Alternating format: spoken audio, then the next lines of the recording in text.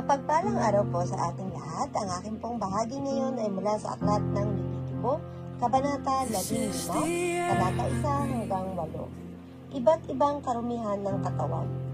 Sinabi ni Yahweh kina Moises at Aaron, sabihin ninyo ito sa bayang Israel.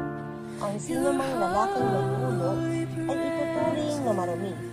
At ito ang susundin niyang tuntunin, malalaman o hindi ang kanyang sakit, sapagkat siya'y itinuturing na marumi. Ang alinmang higaan at upuang gamitin niya ay ituturing na marumi. Sino mang makahipo sa higaan nito ay dapat maligo at maghihis. Lalabahan niya ang kanyang damit at ituturing siyang marumi hanggang gabi. Gayon din ang dapat gawin ng umupo sa inupuan ng may tulo. Lalabahan din ang damit, maliligo at magbibihis at ituturing na marumi hanggang gabi. Ang humawak sa may sakit ng ulo ay dapat maligo at magbihis. Lalabahan niya ang kanyang damit at ituturing siyang marumi hanggang gabi. Sino mang maduraan ng may ganitong sakit ay dapat ding maligo at magbihis. Lalabahan niya ang kanyang damit at siya'y ituturing na marumi hanggang gabi. Ang salita ng Diyos. Amen. Mapagpalang araw po sa ating lahat. Narito po ang aking daily devotion sa book of Levitico chapter 15 verse 9 to 16. Ituturing ding marumi ang upuan na ginamit sa hayop na sinakyan niya. Ang sino mang makahipo sa anumang bagay sa kanyang hiningan ay ituturing na marumi. Pag sino mang magdala ng kanyang inupuan ay dapat maligo at magbihis. Lalabahan niya ang kanyang damit at ituturing siyang marumi hanggang gabi. Ang sino mang mahawakan ng lalaking may sakit na tulo na di muna naghugas ng kamay ay dapat maligo at magbihis. Lalaban niya ang kanyang damit at ituturing siyang marumi hanggang gabi. Ang mga sisidlang yari sa putik na mahipo niya ay dapat basagin. Kung sisidlang kahoy naman, dapat itong hugasang mabuti. Kung ang may sakit nito ay gumaling na, maghihintay siya ng 7 araw saka maglilinis. Sa ika-7 araw, lalaban niya ang kanyang kasuotan at maliligo sa umaagos na batis at siya ay magiging malinis na kinabukasan. Huwag kukuha siya ng 2 bato-bato o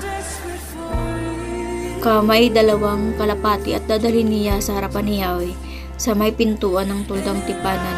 Ibibigay niya ito sa pare upang ihandog ang isa'y para sa kasalanan at ang isa na may handog sa nasusunugin. Ganito lilinisin ng pare sa harapan ni Yahweh ang taong nagkasakit ng tulo. Kapag ang isang lalaki ay nilabasan ng sariling binhi, dapat siyang maligo. Ituturing siyang marumi hanggang gabi. Amen po. Isang mapagpalang araw pong muli sa ating lahat. Akin pong muling ibabahagi sa inyo ang pang-araw-araw kong gawain mula sa salita ng Diyos. Sinasabi po dito sa ika-15 kabanata ng Levitico, versikulo 17 hanggang 25. Dapat labhan ang alinmang damit o katad na nabahiran, at hugasan ang alinmang bahagi ng katawan na natuluan ng binhi. Yaoy ituturing na marumi hanggang gabi. Pag sumiping sa babae ang isang lalaki, dapat silang maligo pareho. Sila'y ituturing na marumi hanggang gabi. Ang sino mang babaeng nireregla ay 7 araw na ituturing na marumi. Ituturing ding marumi hanggang gabi ang makahipo sa kanya. Ang anumang kanyang mahigaan o maupuan sa loob ng panahong yaon ay ituturing na marumi. Ang sino mang makahipo sa higaan nito ay dapat maligo. Lalabhan niya ang kanyang kasuotan. Siya'y ituturing ding marumi hanggang gabi. Ang sino mang makahipo sa anumang maupuan ng babaeng ito ay dapat ding maligo.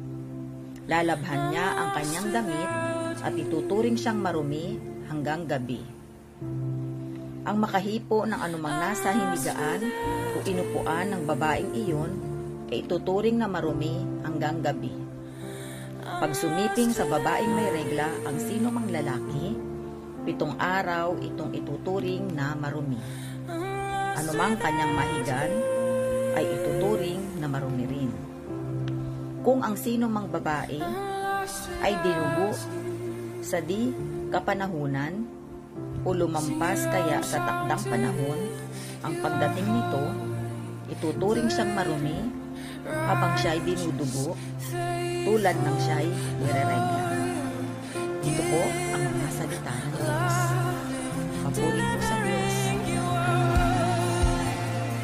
Ang aklat ng Levitiko, Kabanata 15, versikulo 26 hanggang 37. Ang anumang mahigaan o maupuan niya sa loob ng panahong iyon ay itinuturing na marumi tulad din ng siya'y nireregla. Ang sino mang makahipo sa mga bagay na ito ay dapat maligo. Lalaban niya ang kanyang kasuotan at ituturing siyang marumi hanggang gabi. Kung huminto na ang kanyang pagdurugo, siya ay bibilang ng 7 araw mula noon at magiging malinis na siya. Sa ika-8 araw, kukuha siya ng 2 bato-bato o 2 kalapati at dadalhin niya sa pari sa may pintuan ng todang tipanan. Iyahandog ang isa nito para sa kasalanan at ang isa na may handog at susunugin sa ganitong paraan lilinisan siya ng pari sa harapan ni Yahweh. Ganito ninyo ilalayo sa karumihan ng mga taga-Israel sapagkat hindi ninyo ito gagawin. Mamamatay sila at paglalapastangan sa tabernakulo na nasa gitna nila. Ito ang mga tuntunin para sa paglilinis ng lalaking may tulo o nilabasan ng sariling binhi. Sa babaeng nireregla at sa lalaking pakikipagtalik sa isang babae ni tinuturing na marumi. Ito ang salita ng Diyos. Amen.